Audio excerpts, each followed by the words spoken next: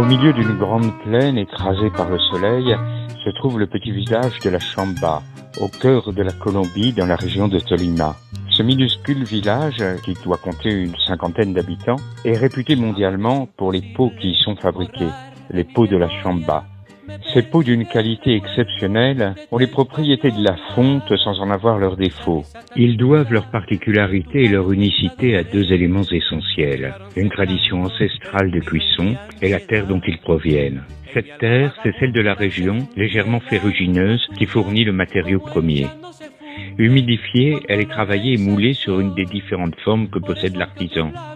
L'ébauche de peau est alors lissée soigneusement avant d'être séchée au soleil pendant une longue journée. On la recouvre d'eau argileuse, ce qui lui donne une teinte rouge et permet de réduire ses aspérités. De nouveau séchée au soleil durant plusieurs jours, sous ce soleil de plomb qui porte la température extérieure à plus de 45 degrés, elle ressort orangée. Puis elle est une nouvelle fois polie à l'aide d'une pierre d'agate, soigneusement, longuement.